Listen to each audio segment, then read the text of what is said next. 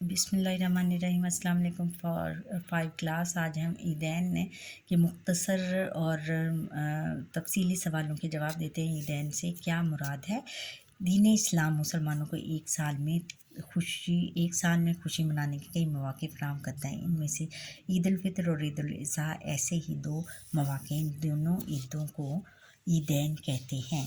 اور سوال نمبر 2 ہے کہ فطرانہ کسے کہتے ہیں؟ عید الفطر کے موقع پر کچھ غلہ یا رقم بطور صدقہ غریبوں کو دی جاتی ہے، اسے فطرانہ کہتے ہیں۔ سوال نمبر 3 ہے کہ عید کے موقع پر ہمیں غربا اور مساکین کے ساتھ کیسے پیش آنا چاہیے؟ عیدین غریبوں اور مسکینوں کی امداد کا ذریعہ بھی ہیں۔ ہمیں چاہیے کہ ہم عیدین کو اللہ تعالیٰ اور اس کے پیارے نبی حضرت محمد مصطفیٰ صلی اللہ علیہ وسلم کے احکامات کے مطابق منائیں اور مستحق لوگوں کو اپنی خوشیوں میں شریک کریں۔ اگلا سوال ہے کہ سوال نمبر 4 ہے کہ عید کی نماز کے خطبے میں مسلمانوں کو کن باتوں کا درس دیا جاتا ہے؟ عید کی نماز کے بعد امام صاحب خطبہ دیتے ہیں۔ اس خطبے میں مسلمانوں کو آپس میں پیار و محبت اور ہمدردی کا درس دیا جاتا ہے۔ انہیں قربانی اور فطرانے کے مقاصد سے آگاہ کیا جاتا ہے۔ مسلمان کو چاہیے کہ وہ اس خطبے کو خاموشی اور توجہ سے سنیں۔ یعنی عیدین کی جو نماز ہے اس میں خطبہ سننا انتہائی ضروری ہے۔ تفصیلی جواب لکھیں۔ عیدین کی اہمیت اور احکام لکھیں۔ عیدین کی اہمیت اور احکام: مسلمان عید الفطر اور عید الاضحیٰ نہایت گرم جوشی سے مناتے ہیں اور اللہ تعالیٰ کا شکر ادا کرتے ہیں۔ عید کی نماز کے لیے اذان اور اقامت نہیں کہی جاتی۔ عید کے دن سورج نکلنے سے تھوڑی دیر بعد مسلمان عیدگاہ میں جمع ہوتے ہیں اور 2 رکعت نماز ادا کرتے ہیں۔ نماز عید کے عام نماز سے کچھ زائد تکبیرات کہی جاتی ہیں۔ نماز عید کے بعد امام صاحب خطبہ دیتے ہیں۔ اس خطبے میں مسلمانوں کو آپس میں پیار و محبت اور ہمدردی کا درس دیا جاتا ہے۔ انہیں قربانی اور فطرانے کے مقاصد سے آگاہ کیا جاتا ہے۔ مسلمانوں کو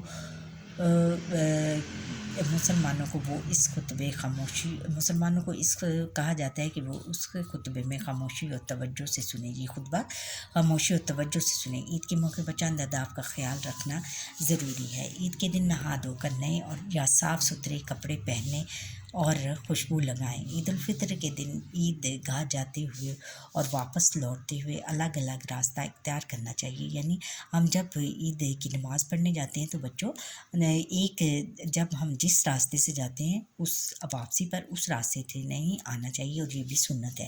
عید الفطر میں عیدگاہ جانے سے پہلے میٹھی چیز کھانا، جبکہ عید الاضحیٰ کے دن کچھ کھائے بغیر جانا سنت ہے۔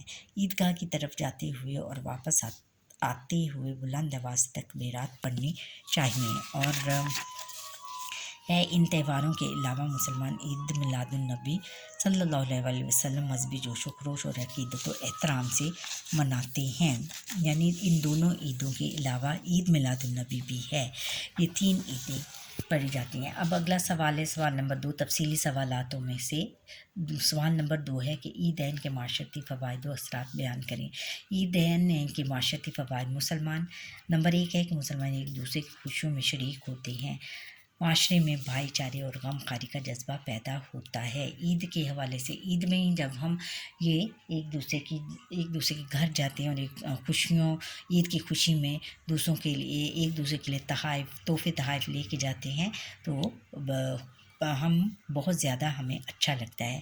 معاشرے میں بھائی چارے اور غم خاری کا جذبہ پیدا ہوتا ہے۔ تو اس طرح معاشرے میں بھائی چارے کا اور غم خاری یعنی غریبوں کی مدد کرنے کا جذبہ پیدا ہوتا ہے۔ عیدین غریبوں اور مسکینوں کی امداد کا ذریعہ بھی ہے۔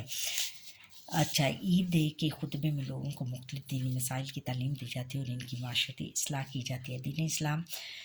دین اسلام عیدین کے موقع پر نمود و نمائش اور اسلاف سے پرہیز کا درس دیتا ہے۔ ہمیں چاہیے کہ ہم عیدین کو اللہ تعالیٰ اور اس کے پیارے نبی حضرت محمد صلی اللہ علیہ وسلم کے احکامات کے مطابق منائیں اور مستحق لوگوں کو اپنی خوشیوں میں شریک کریں۔